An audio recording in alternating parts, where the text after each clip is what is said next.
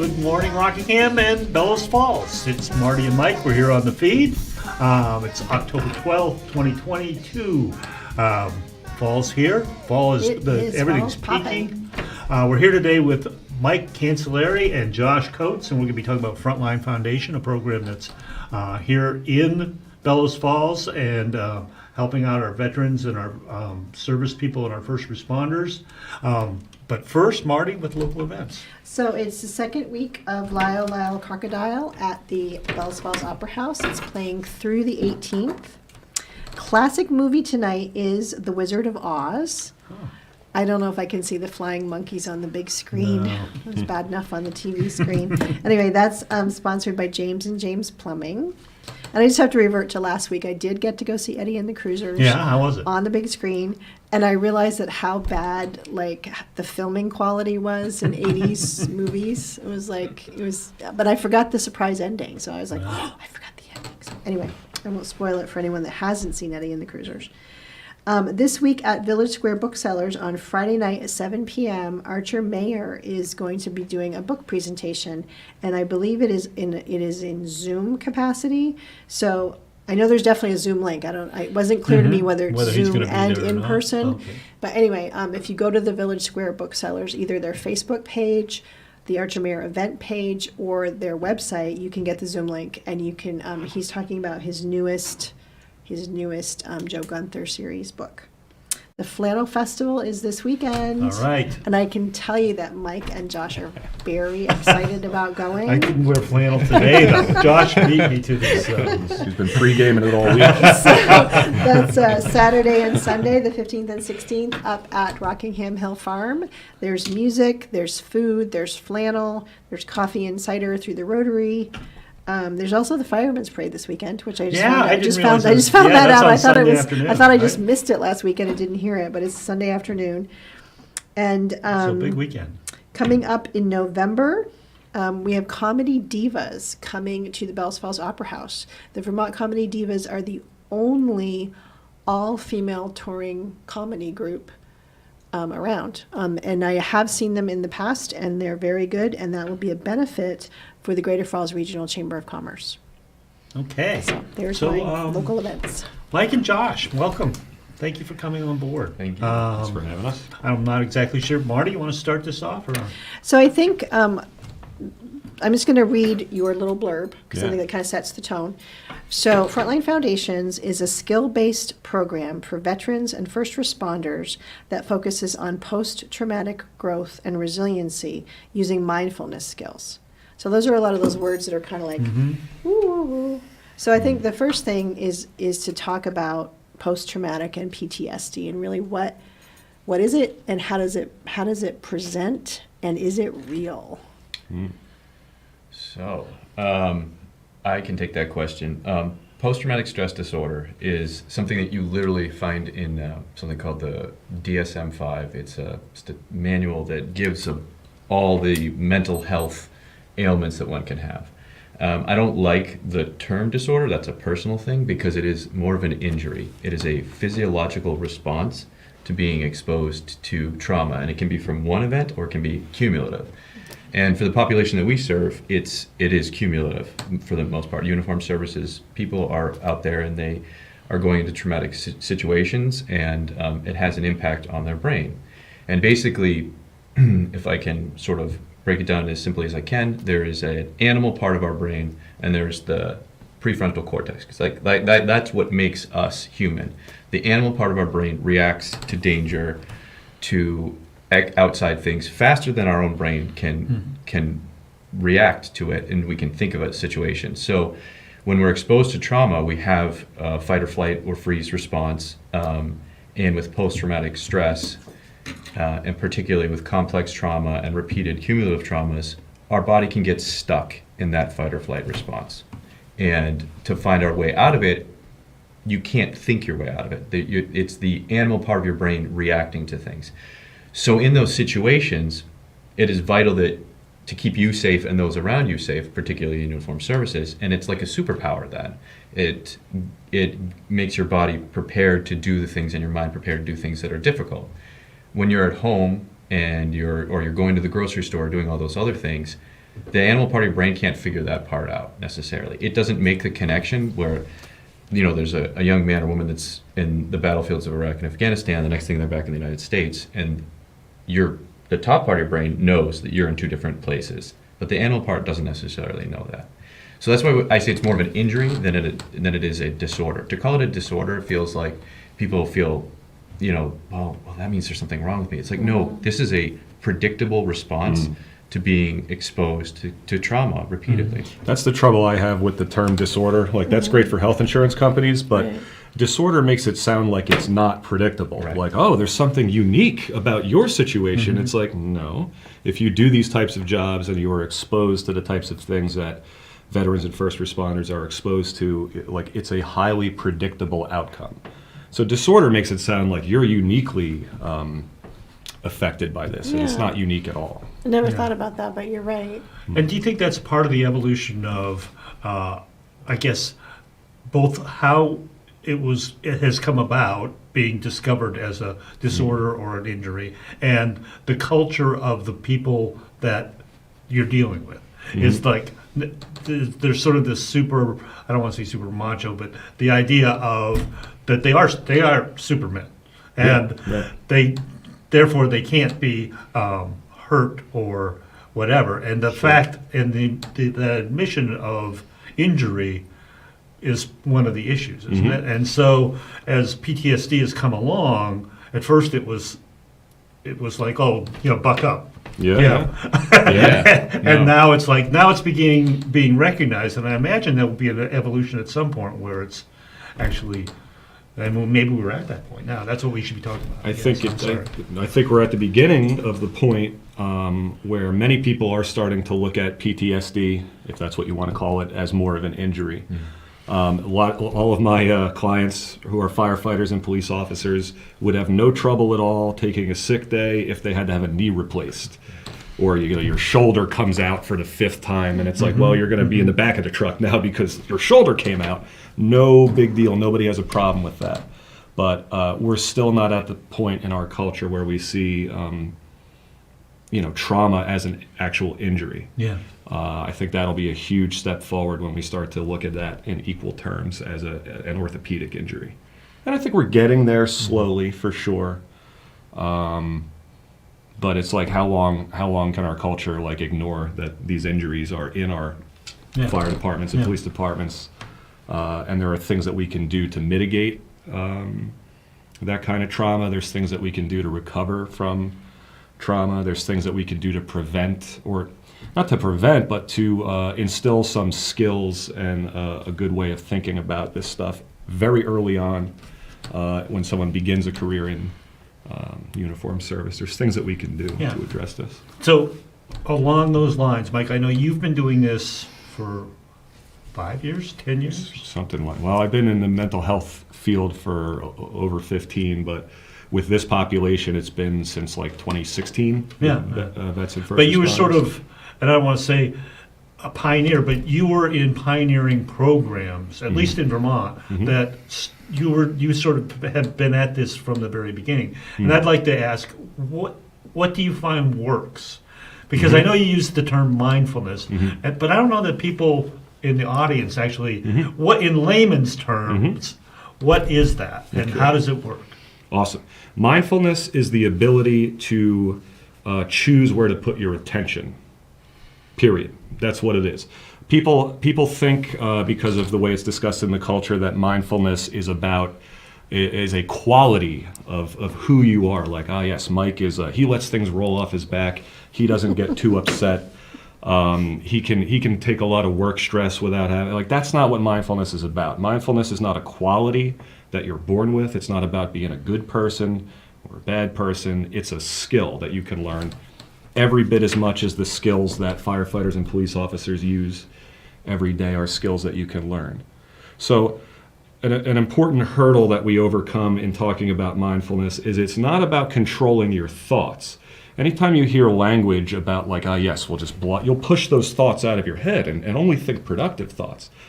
That's a fool's errand. You can't control your thoughts in that way. What you can learn to control is where you put your attention.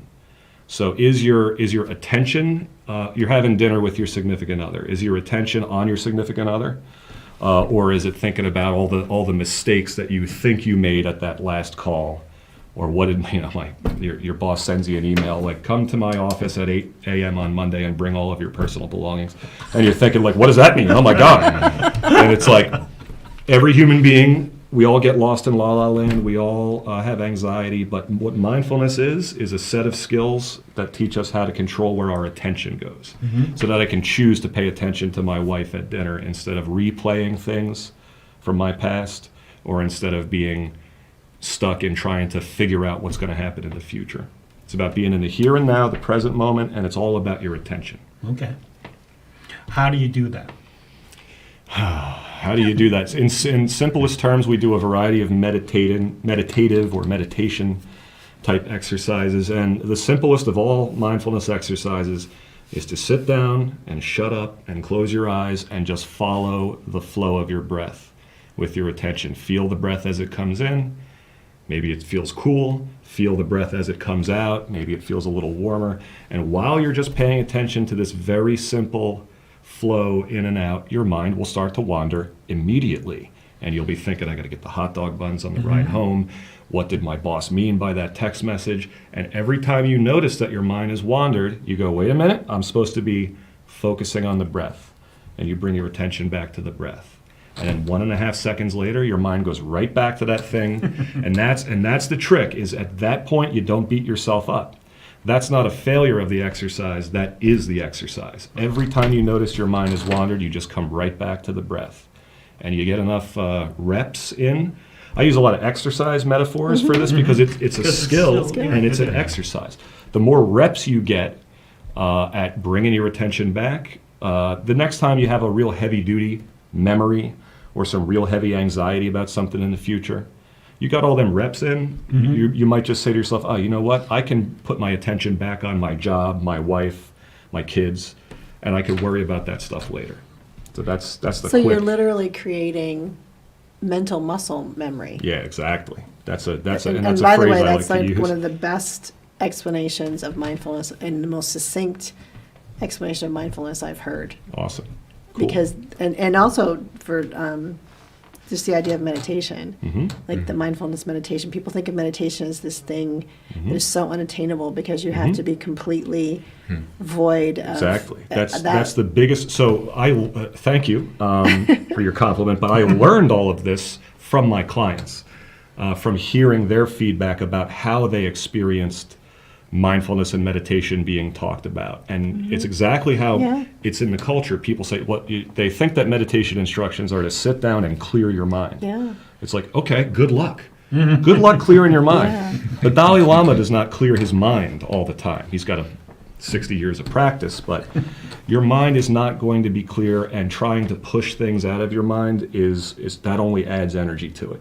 So I learned from talking to my clients that it's like that's the definition that we focus on. It's a skill about moving your attention where you want it. And so your program, your original program was a 10-day program. You've now cut to a 5-day program. Can you talk a little bit about how it now works and what was the change in schedule? Sure. So briefly, our program is like an intensive outpatient program. It's Monday through Friday, about 8 to 3. People locally can commute. There's a variety of lodging options in the area for people that aren't able to commute. But it's inpatient, so you show up at 8 and you're out of there by 3. The way we originally designed the program was as a 2-week, which is 10 business days, Monday through Friday, a 2-week program, which is very comprehensive, and you get a lot of information and a lot of practice. One thing that we've been noticing as we struggle to fill our chairs over the last couple of years is that the current climate for first responders, very difficult. There's a workforce issues in all sectors, but in first responders, like fire departments, are having a hard time keeping people on the line. The environment for police has become almost impossible. Not a lot of people want to sign up for these jobs anymore, and so the trickle down of that to Frontline Foundations is that it's hard for a firefighter or a police officer to get 2 weeks off to do the program.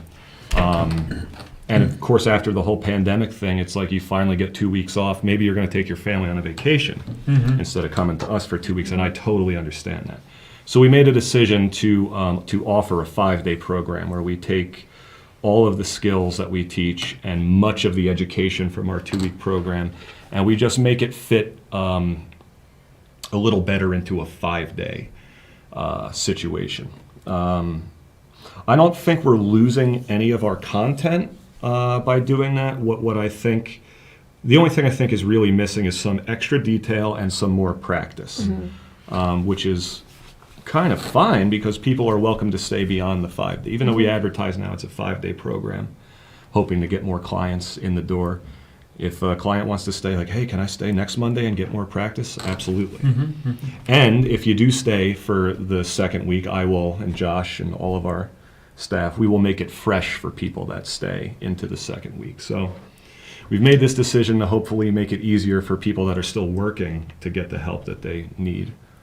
So with everything that you just said about staff being less staff, my guess is they're probably more stressed. So it seems like with everything you just said, there's even more of a need to learn this skill set. And I liked what you said in the beginning about it should be taught as a skill set, just like, how to use a hose or how to use a firearm. It should be taught from the front end instead of trying to get to the back end, because maybe so. How do you think you overcome that? Interesting. I don't know. How do you get there? Maybe you guys don't know yet. Well, we got some ideas, but Josh? I mean, the big thing is, like you said, instead of being the back end, having it front loaded. So like going to fire academies, going to police academies, going to training programs, going to paramedic programs, and talking about it more seriously. And I say this from the standpoint of I was a firefighter paramedic for 14 years.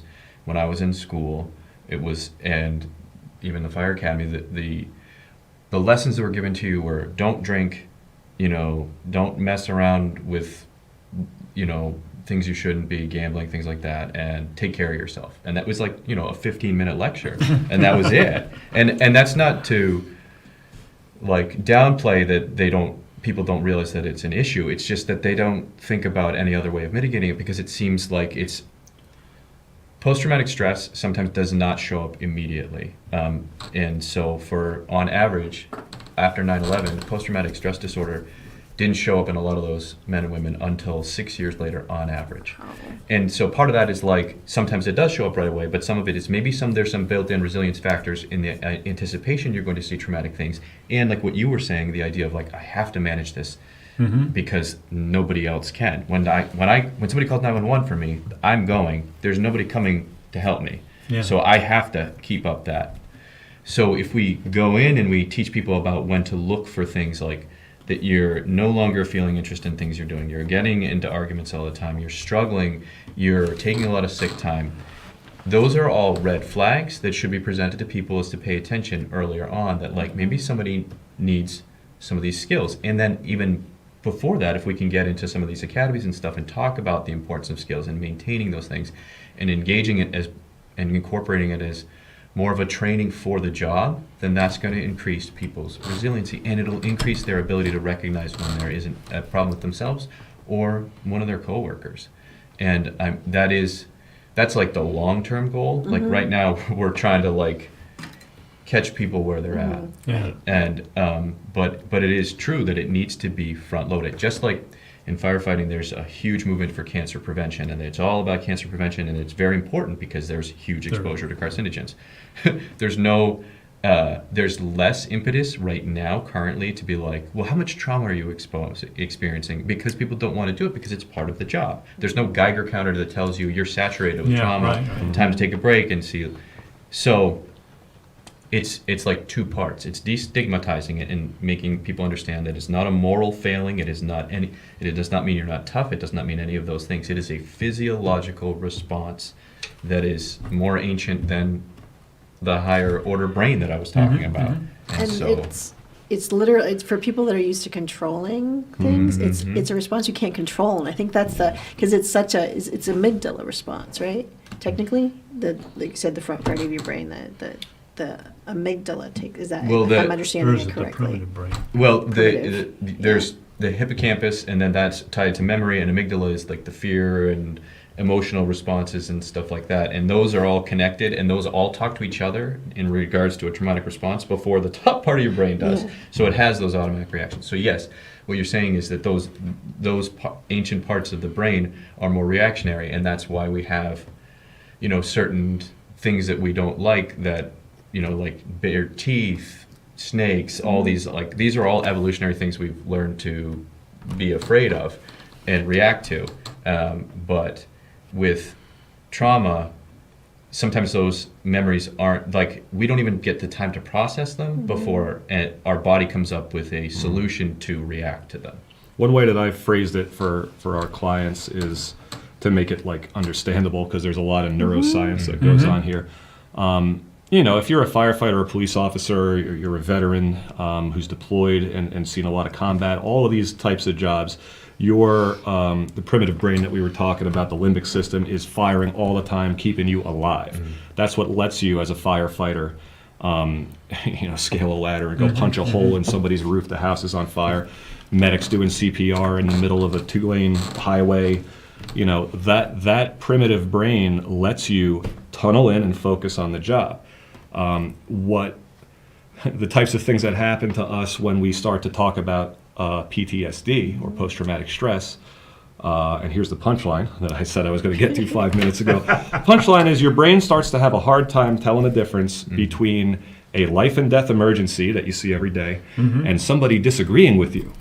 Oh, yeah. Okay, and so that's that. You wonder why people like us, I'll say that have some post-traumatic stress going on, we will often bang out a text message, a really angry response, and not even think about it, and hit send and go, man, I wish I didn't do that. Or a loved one in your house says something, you just came in the door, and you find yourself snapping at someone that you love very much, and it's part of that is our responsibility to be nice to our family and stuff.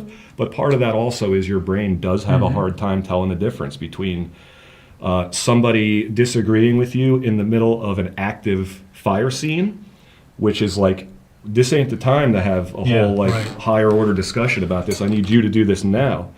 You get enough practice doing that over the course of a career, and then the next time your significant other says something to you that is you weren't expecting, or it's a change in plans, your body is going to have that same reaction. It's what do you mean? We discussed that we were going to go get the boneless buffalo wings at Applebee's. How can you say that?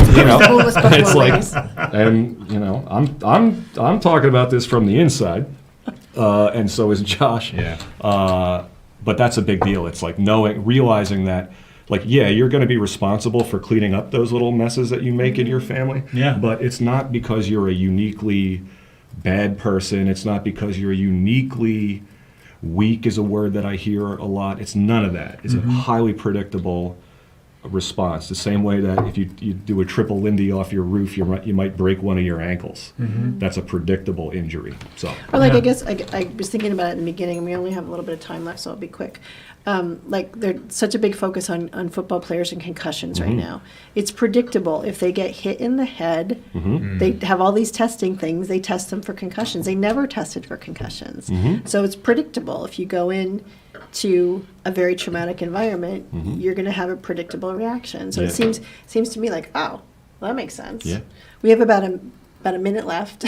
Believe it or not, this went fast. Yes, that went fast. So guys if are you gonna have to could come let back. the public Absolutely. know how to reach out to you, and and also just a quick thing, Mike has some mindfulness videos available if people want to learn more. But Awesome. So there's our web address, frontlinefoundations.org. Foundations, because we teach the 4 foundations of mindfulness. So frontlinefoundations.org is our website. There's a ton of information on there. There is a link on our website to my hilarious YouTube channel where I do these 2-3 minute videos from inside my truck talking about how to deal with anger, what is mindfulness, all that kind of stuff. So check that out. We also have a social media presence on Facebook and Instagram, and you'll see all kinds of different updates about what we're doing. Great. Good, thank you. I always learn something. I have to admit that this whole idea of front loading it, I think is an amazing idea. My daughter, just disclosure, is she just got her firefighter one, and she's going through, and she's done burn building. She's going to Las Vegas to do this rappelling thing this weekend. Cool. She had never once talked about mindfulness, and it's always these things, like we're going to whitewater rescue, burn, being in the building and it's burning, and all these things, but never, maybe I should be able to take a deep breath and move these things out of my mind. Yeah, that's an important So part. we definitely should have you guys back sooner rather than later, because I Cool. think we have a lot more to talk about. We didn't talk on it, but we are out of time. So Okay. unfortunately, community, we have to go now, but we'll see you Yes. again. I hope for you having guys us. come back. Thank you very much. Thank you. Local news, politics, business, sports, arts, music. My God,